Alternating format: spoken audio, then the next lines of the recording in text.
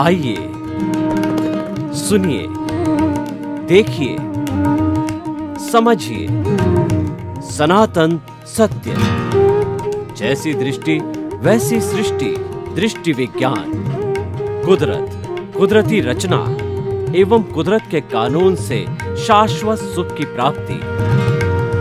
जोधपुर के परम पूज्य महात्मा उपासक प्रोफेसर डॉक्टर सोहन राज तातेड़ के निर्देशन में सनातन सत्य। जैसी दृष्टि वैसी सृष्टि, दृष्टि विज्ञान।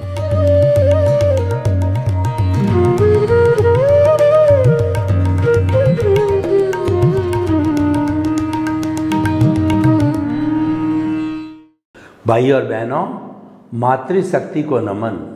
आज का हमारा बहुत सुंदर विषय, चेतना कभी ओझल न हो।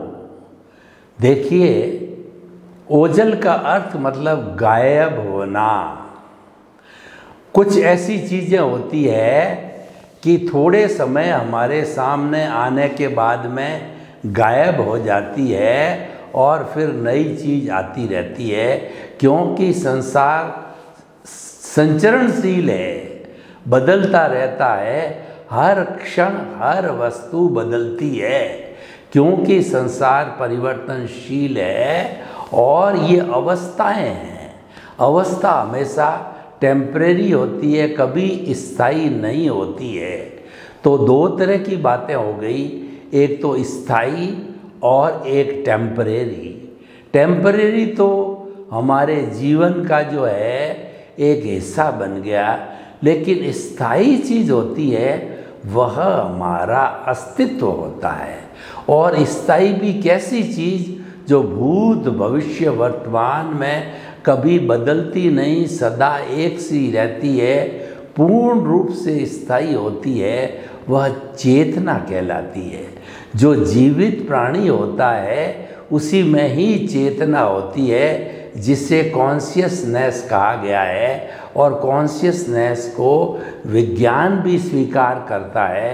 कॉन्शियसनेस विज्ञान सम्मत है, और जिसके अंदर चेतना होती है वही सुख दुख की अनुभूति करता है और वही फीलिंग करता है। जिसमें चेतना नहीं होती है, न तो उसको सुख दुख की अनुभूति होती है, न फीलिंग होती है, और वह जो है गलन मिलन धर्मा होता है। उसके अंदर पर्याय होते हैं, उत्पाद होता है, व्यय होता है और बदलता रहता है। तो अब आपको तय करना है कि आपको टेम्परेरी के साथ रहना है या परमानेंट के साथ रहना है। मैं आपको उदाहरण दूं, एक किराए का मकान होता है। किराए के मकान में हम कोई भी एडिशन अल्ट्रेशन अपनी मर्जी मुताबिक करना चाहते हैं तो मकान मालिक हमको करने नहीं देगा। और मान लीजिए हमने कर भी लिया तो वो तो 11 महीने की लिखा पढ़ी होती है, वो सारा हमारा पैसा वेस्ट चला जाता है। इसका मतलब जो पर होता है, पराया होता है, किराए का होता है, उसके इतना मूल्य नहीं है जितना कि हमारा स्वयं का है। अगर स्वयं का घर होता है तो उस घर के अंदर हम चाहे जो एडिशन अल्ट्रेशन डेकोरेशन फर्नीचर सुविधा सब मुहैया करा सकते हैं। तो अब ये बहुत गहरे चिंतन की बात है कि आपको किसके साथ रहना है, पराये के साथ रहना है या खुद के साथ रहना होता है। हम कभी भी ट्रेन में जाते हैं अकेले, तो क्या है कि कैबिन के पास में, हमारे कैबिन में कौन कौन बैठे हैं वो सब लोग हमारे रिलेटिव या हमारे परिचित नहीं होते हैं, वो पराये होते हैं। पराये पर क्या होता है कि विश्वास नहीं किया जा सकता है। विश्वास का अर्थ ये नहीं है कि उस व्यक्ति का जो है हम कोई भी अस्तित्व स्वीकार नहीं करें। उसका अस्तित्व है, उसको समानता का अधिकार देते हैं, लेकिन कुछ बातों में हमें सावचेत रहना चाहिए, क्योंकि वो पराया है, कभी धोखा भी दे सकता है। तो इसीलिए इस सारी दुनिया में दो विभाग हो गए, एक स्व और एक पर। जो पर होता है वह जड़ होता है, जो स्व होता है वो चेतन होता है, जो पर होता है वो नाशवान होता है, जो चेतन होता है वह अविनाशी होता है स्व। और जो स्व होता है वो सुख दुख की अनुभूति करता है, पर होता उसमें सुख दुख की अनुभूति नहीं होती है। यानी जो है स्व है वह जो है चेतना है, पर है वो जड़ है। देखिए, जो मनुष्य प्राय क्या गलती करता है, उस गलती को मिथ्या ज्ञान, मिथ्या दर्शन कहते हैं कि जो पर होता है, जड़ होता है, उसको अपना खुद का मान लेता है और उसको जब इकट्ठा करता है तो वो कहता है कि ये मैंने इकट्ठा किया, पर को सब मैंने इकट्ठा किया, पर मेरा है। यानी ये मैं और मेरा ऑनरशिप, डूअरशिप है, ये कर्ता भाव पैदा करती है और यही कर्म बंधन का कारण है। हमारी भारतीय संस्कृति के अंदर जो धर्म दर्शन आत्मा में विश्वास करते हैं, सभी कर्मों में विश्वास करते हैं। और आज छोटे मोटे पूरे विश्व में 360-65 तरह के धर्म दर्शन है। और जो आत्मा में विश्वास करते हैं वो कर्म में विश्वास करते हैं, कर्म बंधन में विश्वास करते हैं और कर्म के कटने में विश्वास करते हैं। तो कर्म बंधन का कारण जो है सभी ने जो एक स्वर से स्वीकार किया है वो बताया है अज्ञानता। अज्ञानता को मिथ्या ज्ञान, मिथ्या दर्शन और मोहनीय कर्म कहा जाता है। और मैं ज़्यादा दार्शनिक विस्तार में जाऊं तो 4 घाती कर्म हैं: ज्ञानावरणीय कर्म, दर्शनावरणीय कर्म, मोहनीय कर्म और अंतराय कर्म। ये 4 कर्म हैं, आत्मा की घात करते हैं, ये कैरी फॉरवर्ड होते हैं और आत्मा को मुक्त होने में, शाश्वत सुख प्राप्त करने में बाधा पैदा करते हैं। यही इम्प्योरिटी है और यही कार्बन शरीर, लिंग शरीर, कॉजल बॉडी है। और हमारे जीवन का लक्ष्य होना चाहिए कि इस अज्ञान रूपी अशुद्धि को दूर किया जाए। अगर अज्ञान रूपी अशुद्धि जन्म जन्मांतर के साथ में हमारे साथ लगी हुई है, स्व के साथ में पर लगा हुआ है, तो स्व और पर को अलग अलग करना, यानी कि पुरुष और प्रकृति को अलग अलग करना। जो स्व है वो पुरुष है और पर है वो प्रकृति है। तो मेरी सारी बातों का सार क्या है कि जो स्व है उसके साथ हमारा घनिष्ठ संपर्क हो जाना चाहिए। तो इसीलिए कहा गया है कि रहो भीतर, जियो बाहर। रहो भीतर का अर्थ यह है कि चेतना कभी भी ओझल नहीं रहनी चाहिए। हर क्षण आपको चेतना का एहसास होना चाहिए। और जो पर है वो तो बाहर से आया हुआ है।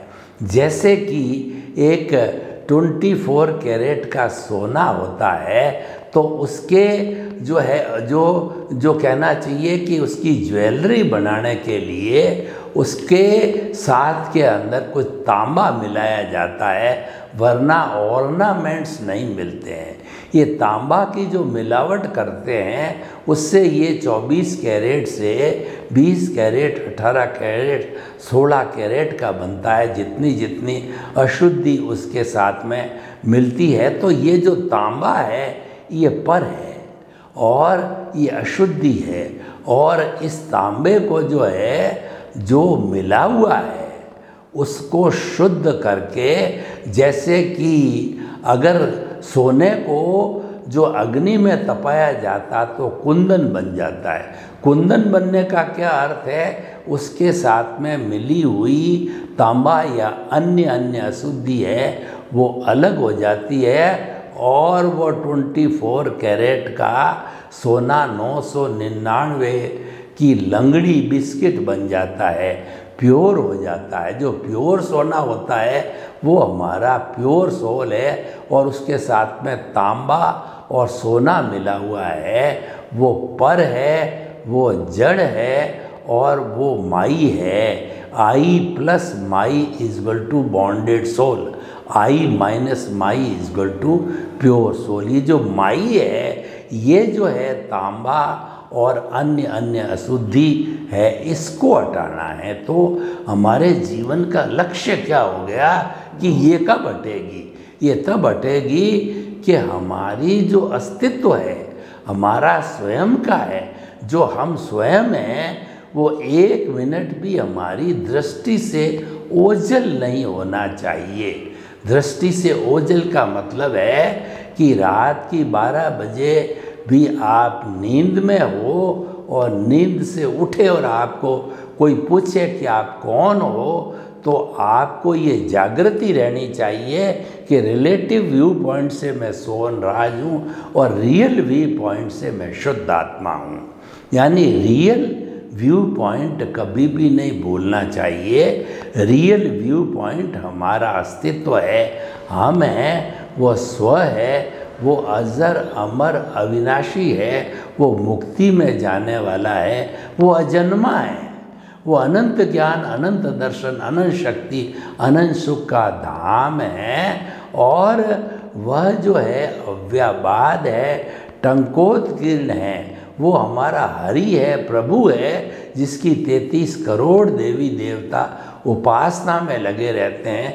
वो जिंदा भगवान है। भगवान 2 तरह के होते हैं। एक तो मंदिर के अंदर जो मूर्ति होती है, तो उसको मूर्ति को जो है शिल्पकार तराशता है, तो उसको जैसा जैसा हमारा भगवान होता है, भगवान महावीर, 24 तीर्थंकर, बालाजी और राम हैं, कृष्ण हैं, अन्य अन्य तरह के जितने भी अपने अपने देव है, उसकी वो मूर्ति बना देता है। और मूर्ति बना करके फंक्शन रख के जब उसकी प्राण प्रतिष्ठा की जाती है, उसके बाद में वह जो है पूजनीय बन जाती है। उसको, उस मूर्ति को हम भगवान समझ करके उसकी उपासना करते हैं, तो वो तो मूर्ति का भगवान हो गया।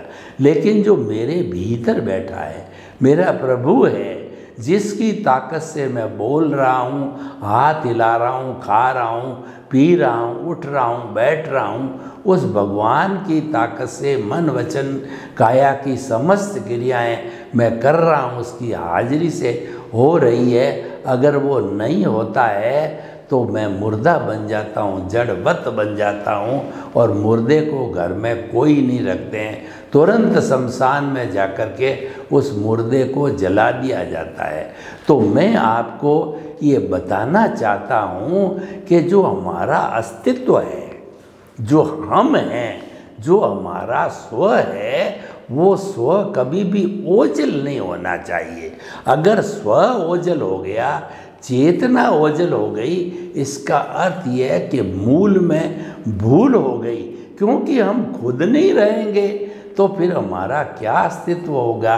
तो हमारा खुद का अस्तित्व बना रहे, उसके लिए चेतना को केंद्र में रखो, चेतना को फर्स्ट प्रायोरिटी में रखो, चेतना को कभी भूलो नहीं, चेतना कभी ओझल नहीं होनी चाहिए। और वास्तव में अगर व्यक्ति ध्यान दे, अभ्यास करे, तो चेतना कभी ओझल हो ही नहीं सकती।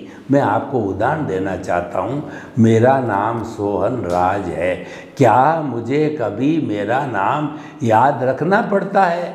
वो तो जन्म के समय मेरे माता पिता ने या मेरे परिवार वालों ने जो नाम रख दिया, वो तो जीवन भर मुझे याद रहेगा, कभी भूला नहीं जाएगा। क्योंकि ये एहसास है और ये मेरे अवचेतन मन के अंदर, सबकॉन्शियस माइंड के अंदर ये बैठ गया, जो जीवन पर्यंत वो नहीं भूला जाता। तो ठीक इसी तरीके से हम आपको बताना चाहते हैं कि आप अपना नाम पूरे जीवन भर नहीं भूलते हो, तो जो आपका अस्तित्व है, वो नाम का अस्तित्व आपके खुद के अस्तित्व के भरोसे है। यानी कि अगर चेतना है तो आपका नाम या आपकी गतिविधि है और चेतना नहीं है तो सब जीरो है, जीरो भी नहीं बड़ा जीरो है। तो आपके जब चेतना रहेगी नहीं तो आप क्या करोगे? वो तो आपको मुर्दा मान करके मुर्दे को जला दिया जाता है। तो देखिए, बड़ी इम्पोर्टेंट मैं बात करता हूँ और जीवन का एक रहस्य बताता हूँ आपको कि आप अपने जीवन में से चेतना को कभी भी ओझल नहीं होने दो। और चेतना को याद करने में समय नहीं लगता है, वो तो भीतर विराजमान है। तो उसका आप एक ऐसा प्रयोग करो कि जो हमारा ये ललाट का मध्य भाग है, जिसको ज्योति केंद्र कहा जाता है, उस ज्योति केंद्र के अंदर सेंटर मान करके और उस सेंटर में चेतना को रखो और उस सेंटर की सहायता से जो हमारा शरीर का बाहरी भाग है, मान लीजिए लास्ट में ये भाग आता है, तो दोनों कोहनी का तो उसका एक सर्किल बनाइए। तो उस सर्किल के अंदर परिधि में हमारा पर पदार्थ में सारा आ गया, साधन, संपत्ति, पद, प्रतिष्ठा, परिवार, धन, दौलत, वो सब पर है, वो सब जड़ है, वो हमारा साधन है, वो अवस्था है, वह नाशवान है, वो टेम्परेरी है, वो आने वाली है, वो जाने वाली है, वो तो उदय और प्रारब्ध के अधीन है और उसका संचालन कुदरत करेगी। परिधि पे जितना है इसका संचालन कुदरत करती है, क्योंकि यह तो ऑटो मोड से चलता है और ये हम जो है कॉजल बॉडी के रूप में पिछले जन्म से साथ में लेकर के आते हैं। अगर कॉजल बॉडी है ही नहीं तो फिर आपका अस्तित्व तो मोक्ष में होता है, आपका अस्तित्व तो जो है वह जो है वो परमानेंट आनंद में होता है, ब्लिस में होता है, शाश्वत सुख, सनातन सुख में होता है। तो हम आपको ये बताना चाहते हैं, पूरा एक सिस्टम दे रहे हैं आपको। वो सिस्टम है हमारा सनातन सत्य, वो अध्यात्म विज्ञान, वो है मुक्ति का मार्ग, वो हमारा आधार है। कुदरत, कुदरती रचना, कुदरत के कानून पर आधारित है। और हमारा जो कहना चाहिए लक्ष्य ये है कि आपकी जो रॉन्ग बिलीफ, मिथ्या ज्ञान, मिथ्या दर्शन है, उसको हम सम्यक ज्ञान, सम्यक दर्शन में बदलते हैं। और जब वो सम्यक ज्ञान, सम्यक दर्शन के अंदर बदलता है तो वह दृष्टि परिवर्तन कहलाता है। हम संसार को बदलने की बात नहीं कहते हैं, हम आपके धर्म को बदलने की बात नहीं कहते हैं, आपके क्रियाकांड को और आपके कुल धर्म को, आपके मानव धर्म को, आपको संन्यास लेने को, कोई तरह का परिवर्तन करने की हम बात नहीं करते हैं। हम तो केवल दृष्टि परिवर्तन की बात करते हैं। दृष्टि परिवर्तन का अर्थ ये हुआ कि जो आपकी रॉन्ग बिलीफ, जो गलत मान्यता है, उसको सही मान्यता के अंदर बदलना। हम तो दृष्टि बदलते हैं, उससे सृष्टि बदल जाती है। हम सृष्टि नहीं बदलते, हम तो नज़र बदलते हैं तो नज़रिया बदल जाता है। हम तो दिशा बदल देते हैं तो दशा बदल जाती है। हम दशा नहीं बदलते, हम तो दिशा बदलते हैं। हम तो नज़र बदलते हैं, नज़रिया नहीं बदलते हैं। वो तो अपने आप हो जाता है। और वो जो है सृष्टि इंसान बदल भी नहीं सकता है। क्यों? सृष्टि तो जो है वो कर्मों के अधीन है, वो संजोगों के अधीन है, वो कुदरत के अधीन है। और उसके अंदर व्यक्ति स्वतंत्र भी नहीं है। उसके अंदर एक अतिरिक्त सांस लेने की भी उसकी स्वतंत्रता नहीं है। वो तो एक स्क्रिप्ट के रूप में, एक फिल्म के रूप के अंदर, एक मन वचन काया की बैटरी के रूप में पूर्व जन्म में जैसा लेके आया है, उसी के अनुरूप हर क्षण वह जिस तरीके से थिएटर में फिल्म चलती रहती है, तो हमारा जीवन भी फिल्म की तरह चलता रहता है। जन्म के साथ में वही माता वही पिता बड़े हो जाते हैं, तो जो हमने भाव डाले थे वही पत्नी मिलती है। धंधा करने लगते हैं तो वही धंधा मिलता है, और पढ़ाई करने जाते हैं तो वही पढ़ाई होती है। कॉमर्स की पढ़ाई के भाव डाले तो कॉमर्स की पढ़ाई होगी, साइंस मैथमेटिक्स के भाव डाले तो साइंस मैथमेटिक्स की पढ़ाई होगी। यानी कि जो कुछ भी घटित हो रहा है उसमें हम स्वतंत्र नहीं हैं, ये तो पूर्व निर्धारित है। इसीलिए कहा गया है कि मन वचन काया तथा उससे जुड़ी हुई हर अवस्था मात्र कुदरती रचना है जो व्यवस्थित है। आप मानो या न मानो, वह तो आपकी पूर्व निर्धारित है, वो तो वैसे ही घटित होगी जैसा आप लेके आए हो, जैसा पूर्व जन्म के अंदर आपने भाव कर्म डाले, कॉजेस डाले, कॉजल बॉडी बना के लाए हो इफ़ेक्ट के रूप में, और जो आपने एग्ज़ाम दिया है उसके रिज़ल्ट के रूप में इस जन्म से मृत्यु तक वो मिलती रहेगी। तो देखिए हमको एक कितना बहुत बड़ा सूत्र मिला कि मन वचन काया से मुक्त, ऐसा मैं शुद्ध आत्मा हूँ। वो चेतना है, वह ओझल नहीं होनी चाहिए। हम व्यवहार जगत को अस्वीकार नहीं करते हैं, क्योंकि हम तो सृष्टि को बदलने की बात नहीं करते हैं, हम तो दृष्टि को बदलने की बात करते हैं। तो आपके जीवन में जो कुछ भी घटित हो रहा है उसको आप होने दीजिए, और आप अगर समझते हो कि मैं पुरुषार्थ कर रहा हूँ, पुरुषार्थ से हो रहा है, तो वह सारा रिलेटिव पुरुषार्थ है, और रिलेटिव पुरुषार्थ अज्ञान कहलाता है, क्योंकि वो पर है। पर सारा अज्ञान है, क्योंकि पर हमेशा साथ नहीं रहता है। स्व है वो ज्ञान है, विज्ञान है, स्व है वो अस्तित्व है, वो भूत भविष्य वर्तमान में हमेशा एक सा रहता है, कोई बदलाव नहीं आता है। उसकी मात्र प्रेजेंस होती है, उसकी मात्र हाजिरी होती है। उसकी हाजिरी के बिना न तो पुनर्जन्म होता है, न कर्म बनते हैं, न कर्म का चार्ज होता है, न कर्म का डिस्चार्ज होता है, न पुनर्जन्म होता है, न सुख दुख की अनुभूति होती है, कुछ भी नहीं होता है। वो तो हमारे मूल अस्तित्व, हमारा शुद्ध आत्मा भगवान है, द्रव्य रूप के अंदर मूल रूप में उसकी मात्र हाजिरी रहती है। वह तो अक्रिया है, वो तो शुद्ध स्वरूप में ही है, और वही हमारा वही चेतना है, वही दृष्टि से ओझल नहीं होनी चाहिए। तो भाई और बहनों, कितना अच्छा सूत्र हमको मिला है। अगर हम केंद्र में चेतना को मध्य रखते हुए और हमने दृष्टि परिवर्तन कर लिया, यानी रॉन्ग बिलीफ को हटा दिया, मिथ्या ज्ञान मिथ्या दर्शन को हटाया। मिथ्या ज्ञान जो कि अज्ञान कहलाता है, उसके हटने से सम्यक ज्ञान का अर्थ हो गया कि ये शरीर मेरा नहीं है, ये शरीर नाशवान है, ये शरीर तो पिछले जन्म के कर्म के भुगतान के लिए मिला, और इसका संचालन, इसका क्रिएटर ऑपरेटर डिस्ट्रॉयर है वो तो कुदरत है। ये सम्यक ज्ञान हो गया और सम्यक दर्शन हो गया कि इस शरीर का संचालन मैं नहीं करता हूँ। मैं संचालन का अर्थ होता है इस शरीर के द्वारा कमाई मैंने की, मकान मैंने बनाया, परिवार का मैंने पालन पोषण मैंने किया।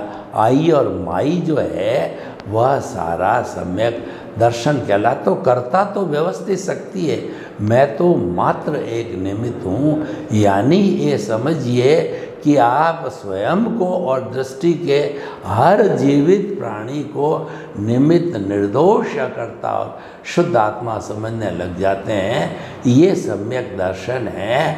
और जो है, जो हमारा मोहनीय कर्म है, जिसकी अनंतानुबंधी जो शाखा है, उसी से ही कर्मों का बंधन होता है। तो जब हमारे को व्यवस्थित रूप से ज्ञान की प्राप्ति हो जाती है, ज्ञान प्राप्त कब होता है? जब हमको अभ्यास होता है, चेतना को केंद्र में रखने का अभ्यास होता है, तो हमारे को ज्ञान की प्राप्ति होती, क्योंकि हमारी चेतना हमारा सबसे बड़ा गुरु है, पथ दर्शक है, और ये हमको सही दिशा में ले जाने वाला है। तो जब सम्यक ज्ञान हो जाता है तो उसके बाद ही जो है हमारा ये मोहनीय कर्म का जो अनंतानुबंधी दर्शन मोहनीय है, वह जो है वो ऑनरशिप और डूअरशिप और वह अकर्ता भाव से, निमित्त भाव से वह भी नियंत्रित हो जाता है, डाइल्यूट हो जाता है, कम हो जाता है, घटने लग जाता है। और जब हम स्नेह सने मन वचन काया कुदरती रचना मानना, जानना, देखना, समझना, अभ्यास करते रहते जीवन भर, हमको रियल पुरुषार्थ क्या करना है कि मन वचन काया कुदरती रचना, मन वचन काया कुदरती रचना, मन वचन काया कुदरती रचना, और मन वचन काया से मुक्त ऐसा मैं शुद्ध आत्मा हूँ। मन वचन काया कुदरती रचना से मुक्त ऐसा मैं शुद्ध आत्मा हूँ। ये रियल पुरुषार्थ है, ये आपके हाथ में है, क्योंकि ये भाव सत्ता, और भाव सत्ता आपकी चेतना, आपके अस्तित्व से जुड़ी हुई है। तो हम आपको एक ही बात कहना चाहते हैं कि आप कभी भी अपने जीवन में अपने केंद्र से जो है चेतना को ओझल न होने दें। सर्वे भवन्तु सुखिनः, सर्वे सन्तु निरामया। लोक के सब जीवों को सुख मिले, शांति मिले, आनंद मिले, प्रेम मिले, सौहार्द मिले, और सबका मंगल हो, सबका भला हो, आपके प्रति मंगल भावना हो।